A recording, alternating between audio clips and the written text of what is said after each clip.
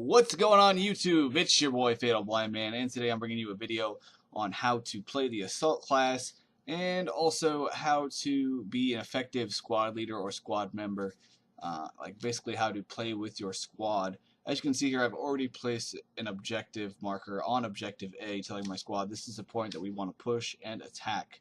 So that's going to give you not only extra experience, but it's giving your squad an order to attack this point. And it's going to let them know, hey, this is where the squad leader is directing you to attack. And even if there's no voice comms, they're going to hear that. They're going to know that this is where you're supposed to attack, where you're planning on attacking, and where they should be. So this is really useful when you're playing with randoms, just people you don't know in general, or if you're not using a mic. You really want to, use the squad orders or the request tab to get things that you need, or tell them things that are pertinent. So here we're going to push objective, I think, B, and we're going to take it, or A, sorry, A. We're going to take A, basically by pushing together as a squad. And that's going to give us extra XP, and yeah, it's really nice. So my first tip on playing any class would be to PTFO. If you don't know what PTFO is, it's play the fucking objective. It's been said just hundreds of times all over YouTube. I see it everywhere when I'm looking at Battlefield forums. People, you got to play the objective. And see how much points I just got here? I just got a ton of points for just playing the objective. And that's going to help you rank up a lot faster. And operations are just, not to mention operations are a great game mode to rank up quickly in Battlefield.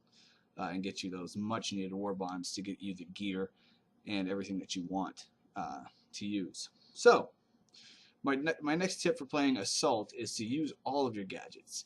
You have, what I like to use is the anti-tank grenades and the rocket launcher. These aren't just meant for anti-armor. They can be used against infantry, and I do use it effectively. As you can see, you'll watch this video and you'll see where I just use these standard gadgets for Assault class that people mostly don't use just because, we're not facing a tank. But you can use these grenades to kill infantry just as easy as regular grenades. So essentially what I'm saying is you can use, you're essentially getting 2 extra grenades with the Assault class. You have to be a little bit closer, they have to land a little bit closer to the infantry to get the kills, but they're going to put damage on the enemy, as long as they're close enough. So that's the important thing. My next tip is to stay together with your squad. You're going to want to push together as a team and use everything you have at your disposal to help push towards the objectives. See here, I'm using those anti-tank grenades. I don't think they hit anything here, but I'm still getting them out there, still throwing them in a general direction on where I think that enemies are. And here you can see me putting damage on more enemies with this rocket launcher, which is super useful. And you'll see me here in a little bit actually take out an entire building and get a couple kills, or maybe the front face of a building, and I get a couple kills just by using this rocket launcher. It's very useful, and it's not just for tanks. You can also use it to shoot down airplanes and whatnot. It's an awesome gadget to use, especially when enemies are dug in and they're not moving. You can just launch a rocket right in there, and it's awesome. So my next tip is to balance your squad. You're going to want to have one of each class, ideally. That's not going to happen all the time. Having 2 medics is never a bad thing, and having 2 support is never a bad thing. You don't want to have 5 snipers. You don't want to have 3 snipers, honestly. You probably want to have 1 sniper at the most, because they're kind of a niche thing. They're gonna, they're focused on getting kills and spotting out enemies. You don't want to have too many of those guys running around. It's just not a good idea. The next point I want to make is to use tactical maneuvers to advance through the battlefield. You're going to want to use your team to lay down fire as you're advancing forward. They'll lay down fire before you, keep enemies suppressed so you can push forward and take that much needed ground that you're trying to get. You want to move between cover. You want to try and stay out of the line of fire, and you want to Try and catch the enemies off guard where you're coming from. See right there, I charged up the hill and just totally wrecked those kids, and my teammate rushed in and gets killed by a claymore pretty much. And I end up running here and just getting this awesome triple kill, and then my gun disappears for some reason. But you want to use those maneuvers to catch the enemies off guard. You want to try and find flanking routes. I like to skirt the edges of the map and then try and push in towards the center where you normally find a lot of enemies. So I try to skirt the outside and then find a nice little route towards the objective and push inwards using that. And a lot of times I can get nice little flanking kills, and it just generally catches enemies off guard when you're shooting them from the side they're not expecting you to come from. You see I push out to the outside here, and I think I'm going to push down into this crevice, or this the railroad tracks down here, and then push up and use this to help my team a lot. Also, don't be afraid to go just a little bit outside the map to get a kill like I do here. When I push up, you see it's a restricted area. I get this kill really quick and then run back. You know, you're not in any danger. You know like when you're gonna die. It's got a countdown timer, so you can just kind of go out, get a cheeky little kill, and then peek back. And here is where I take out a couple enemies that are dug in, giving my teammates a lot of trouble, and I collapse the front face of that building and get a nice little double kill off of that. So, and here I'm lobbing those anti-tank grenades in, again using those to my advantage, even though that's obviously not a tank. So those things work to perfection as extra grenades. My next point is to communicate with your squad. Even if you don't have voice comms, like I've said earlier, you can use the game interface to tell your teammates where enemies are. You can spot them. You can command your squad on where to go. All sorts of stuff like that. You can tell them, oh, I need ammo, oh, I need health. So you're gonna, if you don't have voice comms, you're gonna want to pay a lot more attention to the game interface. You'll know when a friendly goes down. If you're a medic, you can see the little skull indicator and how long you have to revive them, and all that sort of stuff. And that being said, you want to let your teammates know, hey, I need this. Because not all the time they're not going to be paying attention. They might not be paying that much attention to your health or what's going on with you. So you want to keep an open line of communication, and that's the most effective way to be a part of your squad, is to just talk. It's easy. So if you do have voice comms, you want to communicate as much as possible. To, make call outs, let your teammates know what you're going to do. All sorts of stuff like that. It's super useful, and you can be, some of the worst Battlefield players of all time, but you can still, if you can communicate effectively with your squad, you can accomplish anything. You can basically win the game without getting any kills. You can just go push objectives. It's awesome. So guys, that's pretty much gonna wrap up the rest of this video. I don't really have any other tips for you. You can watch this gameplay and kind of see what I do. Throughout the rest of this, it's kind of a good sample of how you should play the Assault class if you're using this loadout. Well, we got Titanfall 2 coming out on the 27th, which is in, well, that's tomorrow. Never mind. We have Titanfall coming out tomorrow. We have Modern Warfare 1 Remaster coming out on the 4th of November. We have just a lot that's going to be going on with this channel. So thank you guys so much for the support that you've given me in the past week or so. I really do appreciate it. I love you guys. And I hope you guys stick around for my coverage of Modern Warfare Remaster and Titanfall 2. If you do, please share with your friends. Please slap a like on the video. Please subscribe. Have a great rest of your day, guys, and enjoy the rest of this gameplay. Take care. Fatal out.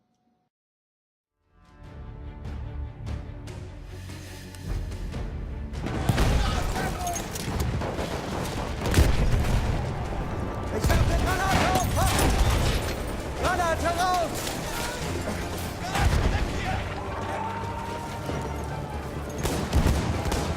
Ich werfe eine Granate! Vorsicht jetzt!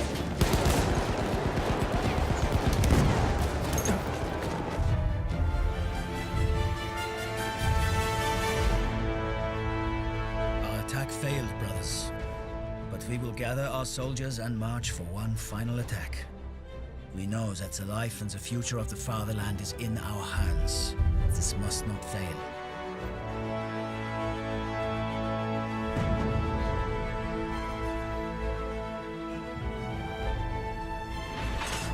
We are being reinforced with an armored train.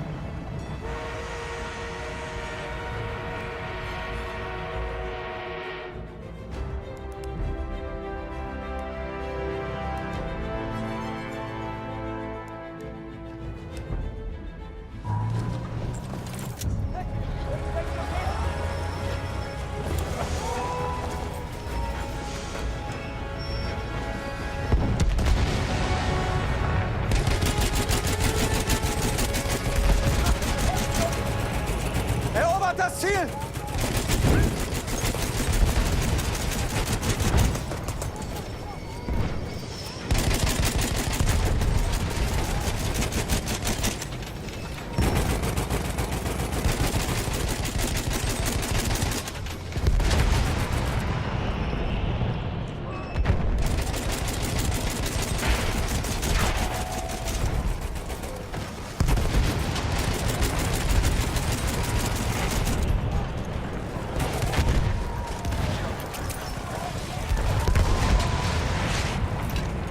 Ich werfe Granate!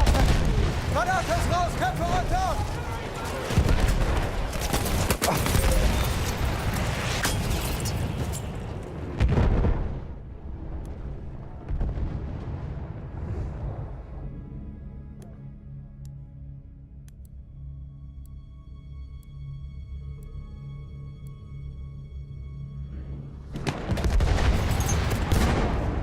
Erobert das Ziel!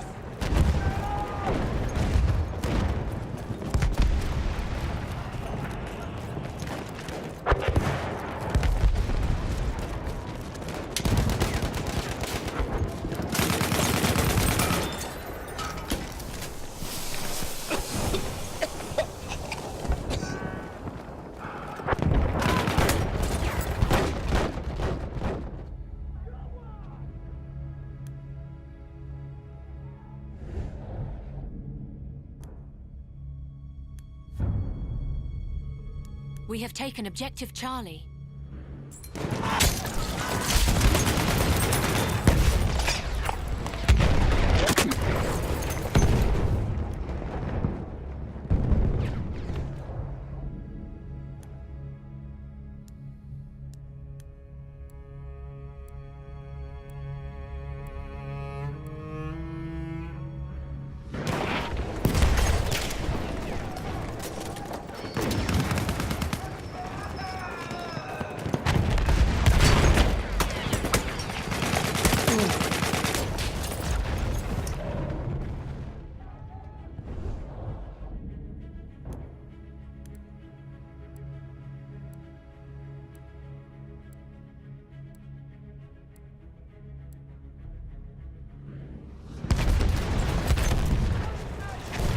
Vorsicht, Jungs, ich werfe Granate!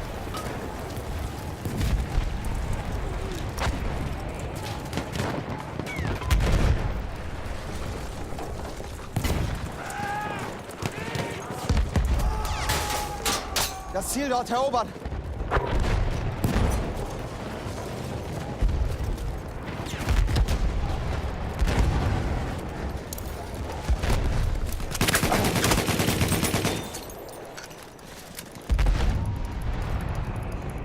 We have lost Objective Charlie.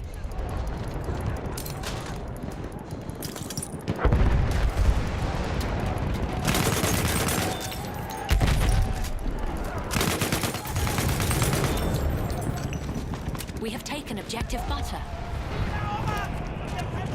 Wir müssen das Ziel erobern!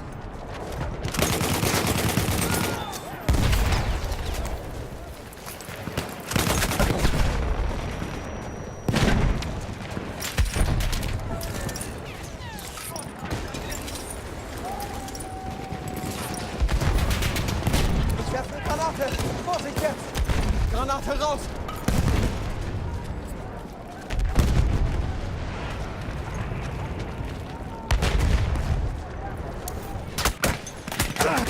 We are losing Objective Butter.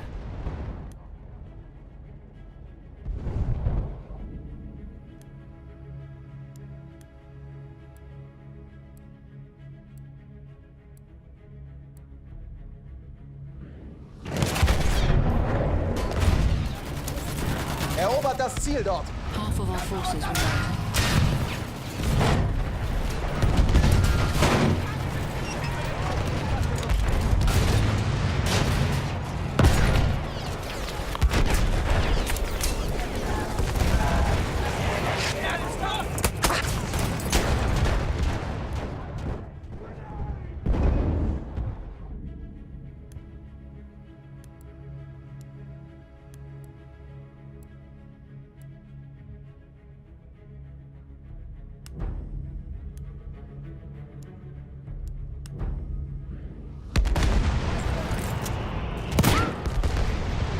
Hey, nimm mich mit!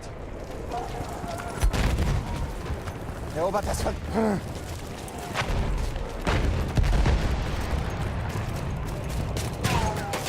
We are losing objective butter.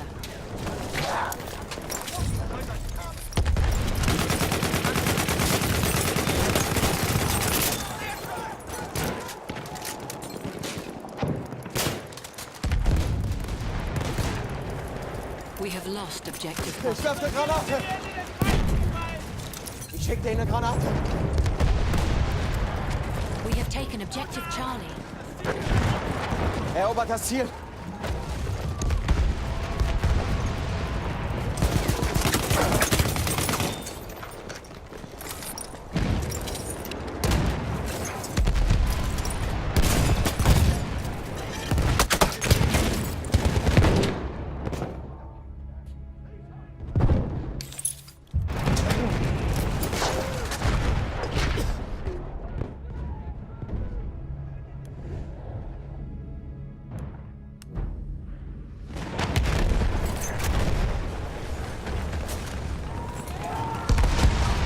Erobert dieses Ziel!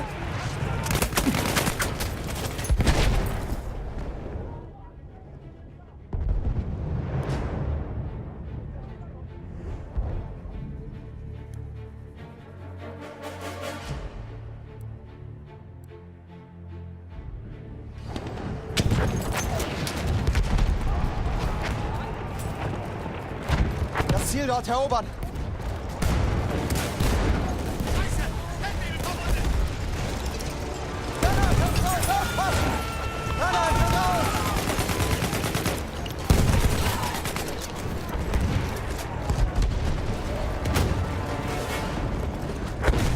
Granate ist raus, vor und zu!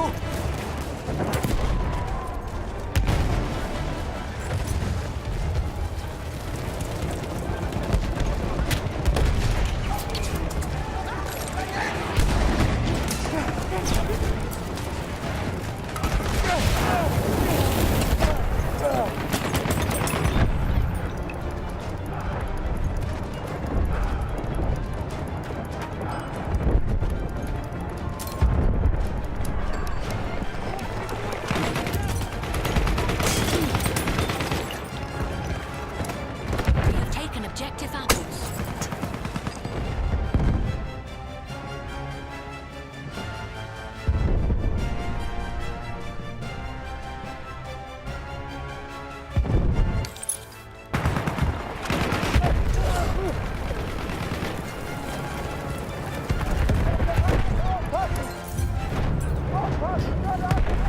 We have taken the sector. Clear the sector from enemy presence.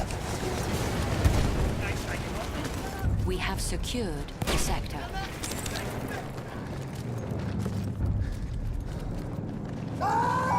Erobert das Ziel dort! Vorwärts! Erobert das Ziel dort!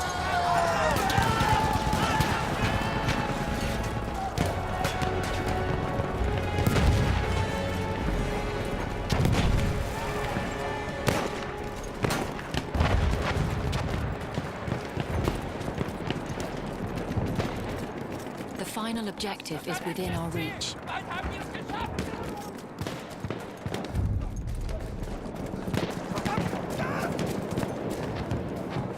20 of our soldiers remain.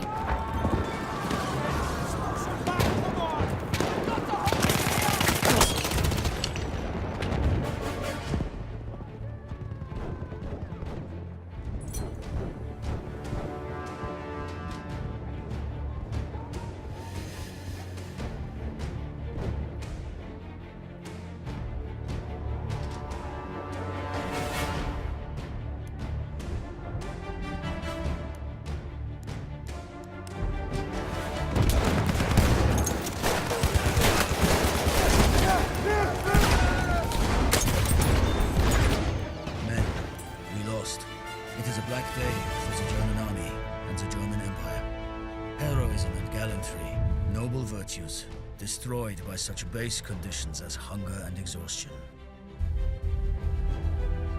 With Germany now controlling the vital railway hub of Amiens, the Allied armies in France would have been divided.